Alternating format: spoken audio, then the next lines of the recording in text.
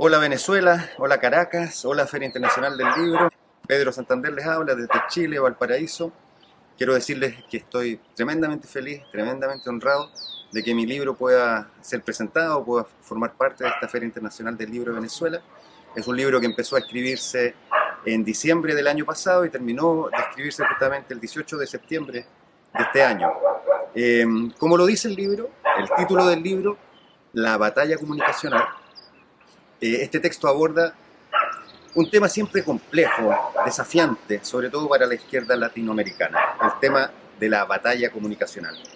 Y es un tema complejo para nosotros, para la izquierda latinoamericana, por diversas razones. Una de ellas es porque evidentemente nos enfrentamos a un enemigo que en esta dimensión, en la comunicacional, es superior a nosotros, superior en términos de recursos financieros, de recursos económicos, de recursos humanos, de recursos tecnológicos, de estructura de la propiedad.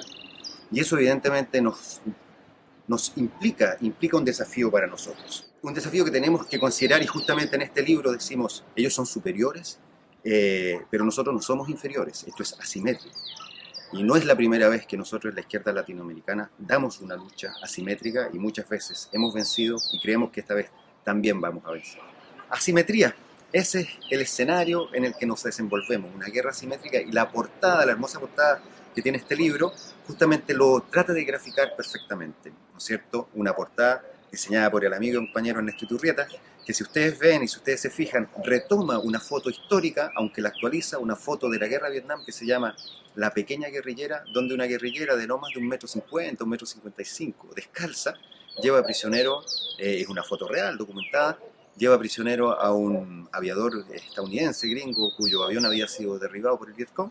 Un tipo de 2 metros, de unos 100 kilos, es llevado prisionero por esta guerrillera, fusil en mano, lo que demuestra de que la asimetría no significa inferioridad. La asimetría significa que debemos saber adaptar nuestras estrategias de lucha a un enemigo poderoso, al cual, sin embargo, estamos convencidos sí podemos vencer.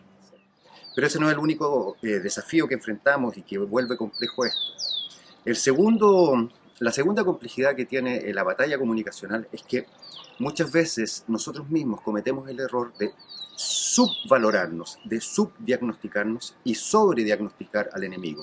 Si ustedes se fijan, siempre estamos hablando de lo que hace Hollywood, de lo que hace CNN, de lo que hace Globovisión, Univisión, el Mercurio, etcétera. En ese esfuerzo sobrevalorado y sobrediagnosticado en que nosotros observamos al enemigo, muchas veces dejamos de mirarnos, dejamos de analizarnos, y creo que uno de los errores que ahí cometemos es que no vemos nuestras propias experiencias con nuestros propios ojos y, por ejemplo, las experiencias exitosas que tenemos, porque tenemos experiencias exitosas en el ámbito de la batalla comunicacional. Por algo estamos aquí, por algo seguimos resistiendo, algo estamos haciendo bien también, y eso, por lo menos en este libro, en una buena parte de él, se analiza y se observa. Y así se evita nuestra invisibilización. Como el libro dice, y como se titula, ¿no es cierto?, esto es una batalla comunicacional, por lo tanto es una batalla que no es solo mediática, incluye por supuesto los medios, pero es más que los medios. Es también una batalla en el ámbito de lo tecnoinformacional, de lo tecnocomunicacional. Es una batalla que tiene que abordar hoy en día las redes sociales, los algoritmos, la estructura de propiedad, es decir, dimensiones, incluso las jurídicas, que son mucho más que la mediática, pero que nos importan y que nos deben importar para dar esta pelea. Lo otro que indica ya el título del libro es que esto es batalla. Uh-huh. Y en ese sentido se recoge una tradición del pensamiento revolucionario que viene de antes, ¿no es cierto? Ya Lenin, ya Gramsci, ya Martí, ya Bolívar, todos ellos hablaban de que esto es batalla, hablaban de la trinchera de las ideas, hablaban de que una imprenta vale lo mismo que los pertrechos de guerra. Fidel nos hablaba de la batalla de las ideas.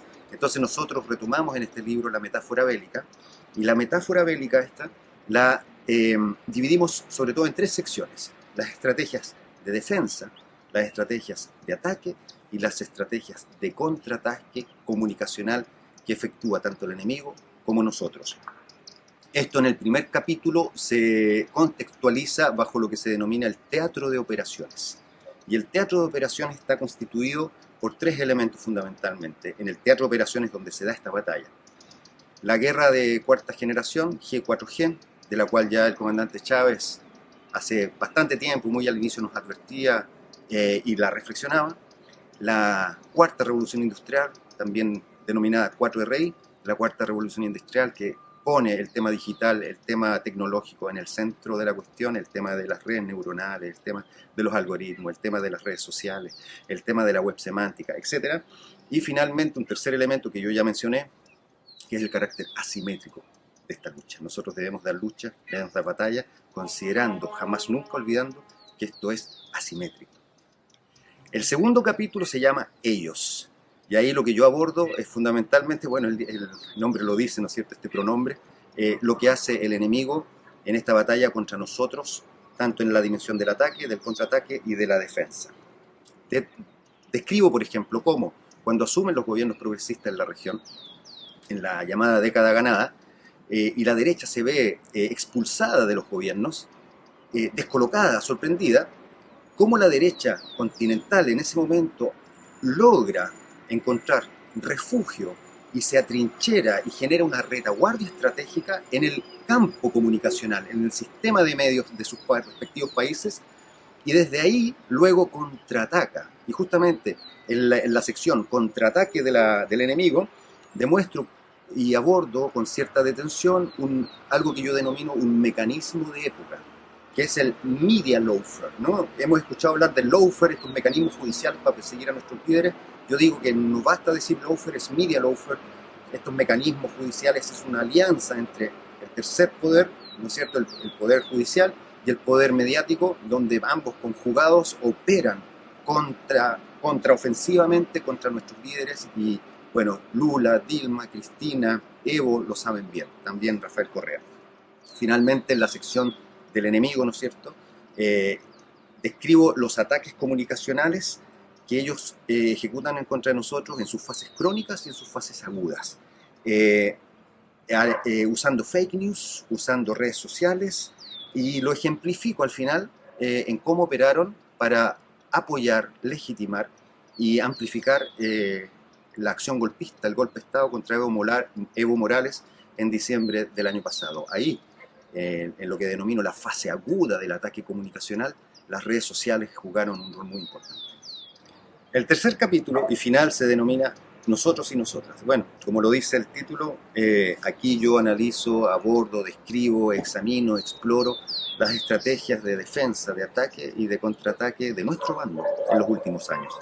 En el ámbito de la defensa comunicacional, y hay que decirlo, primero que nada se insiste en que nosotros, dada la simetría, ¿no es cierto?, del teatro operacional en que nos desenvolvemos, la defensa comunicacional debe ser nuestra opción prioritaria, mucho más que el ataque y el contraataque comunicacional. Nosotros debemos tener una columna defensiva bien estructurada, bien organizada, bien pensada, para desde ahí luego atacar y contraatacar.